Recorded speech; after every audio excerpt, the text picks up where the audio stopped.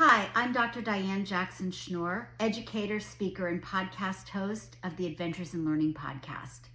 I recently had the honor of being the guest on the Dear Santa podcast, and we talked about empathy and wonder and play and all of the things that go with the holiday season.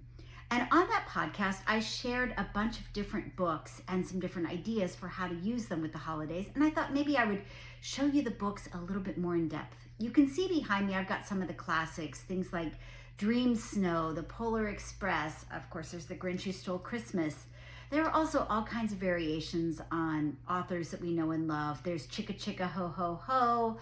There's A Strega Nona Christmas. There's How Do Dinosaurs Say Merry Christmas? So you've got those, but then I love to go a little bit deeper and to find ways to be able to build connections to STEM and STEAM, but also to empathy, to the ability to build connections and find that wonder, curiosity, connection, and play that goes with the season. So we all know it's really hard to wait when we get to a holiday season. Llama Llama Holiday Drama is a great one to share with your little ones when they're having a hard time waiting. I like to couple this book with doing an advent calendar where you put little slips of paper in the pockets, and each slip of paper is an opportunity to connect. And it doesn't have to be complicated things. It can literally be something as simple as pick a book and we'll read it together. Make a batch of cookies. Write a card. Some of the other ones we've done in the past, wrap a present. Make a list of things you're grateful for. You can do things like count the number of red things you see when you go out. Decorate the tree. Whatever your family traditions are, include them in the calendar, and it gives you something to help build that ability to wait, to have executive function, to be able to anticipate something and to have fun while you're doing it. Another great one I love is the 12 Dinging Doorbells. This one is good at any holiday season. It plays off the idea of the 12 days of Christmas, but it gives you a lovely family that you can explore and be part of, and it's very relatable. Along those same lines, The 12 Hours of Christmas is a beautiful book for thinking about all of that excitement that happens on the day of any big event and all the different kinds of things. And you can spend it looking for this cute little kitten all the way through. Again, in that same vein, I really like the Piñata in a Pine Tree. You're going with that notion of waiting and of paying attention, of counting, of being aware. And you can use this as a way to play games, and you might even come up with your own things that your family would have. So you could think about what you would count to 12 with. Now, I said we would do stuff with STEM and STEAM. A lot of times this time of year, kids love to cut and tear, so they're working on those fine motor skills. They like to make things like snow people or snowflakes. They like to make paper chains, things to help them pass the time, to decorate, to make ornaments. Lois Ellert is a great author to bring into the mix because there's so many cut paper things that you can do with it. And I was delighted to see this book, Red and Green, which is all about decorating a tree. And so you can look at different things you can do for paper cutting within this book. And you can also talk about different shapes and different colors as you're doing it. Another one I really like is her Snowballs book. And I've used this one for years, where you can take found objects and you don't have to have snow to make a snowman or a snow woman or a snow dog or a snow cat. You can use whatever you have around the house in terms of odds and ends to construct an entire snow village. This will help keep your kids occupied for hours.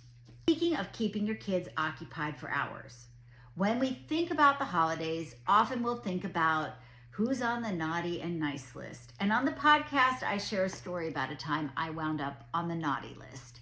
But if you want to hedge your bets and stay off the naughty list, Sue Fleece has a fun book, How to Trick a Christmas Elf.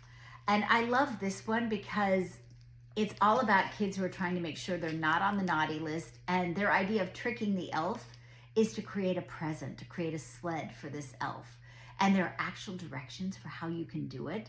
And so again, you can work on that STEM idea of engineering, of construction, of building, but you can do it connected to this book. For kids who like leprechaun traps, this one's going to be a whole lot of fun. And then my absolute all-time favorite in terms of being able to build connections is when I ran a preschool, we would always do the story of the gingerbread baby at this time of year because there are so many things you can do connected to it. You can explore gingerbread baby stories from different cultures, so you can compare and contrast different countries, different places, different variants of the story. You can do things like playing games. You can play hot and cold games. You can go on scavenger hunts where you hide clues and the kids have to try to find the gingerbread baby. This is the time of year where your grocery store has gingerbread peeps and little gingerbread cookies.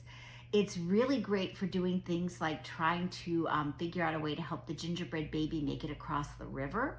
You can explore sink and float. You can do experiments where you test and see whether oil or water or milk or juice will melt a gingerbread baby fastest.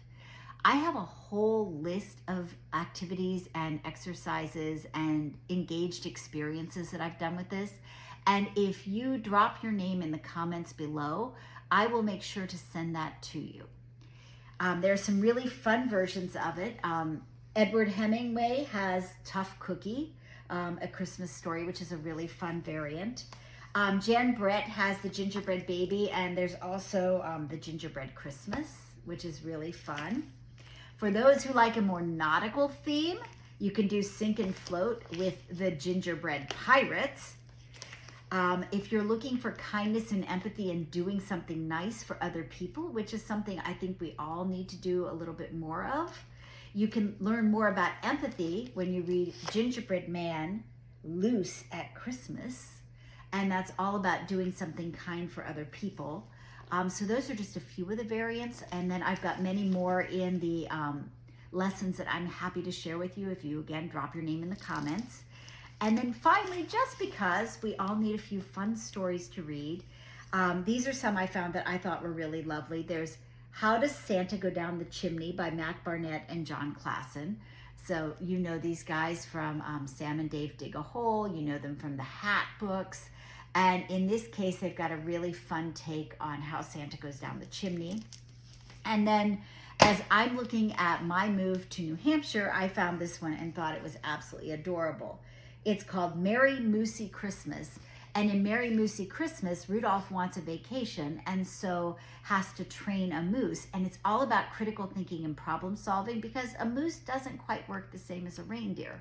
And so there are things that Rudolph takes for granted. The moose does some really interesting problem solving to try to figure out a solution so that the moose can be a substitute. So this could be a really fun one to share with your kids as well. In addition to letting me know whether you would like a copy of the Gingerbread Baby experiences, I would love to know what your favorite stories are to read at the holidays. So check out the Dear Santa podcast. Please comment below and let me know what stories you're reading. And I hope you enjoy this jump start on the holiday season. Thanks for joining me.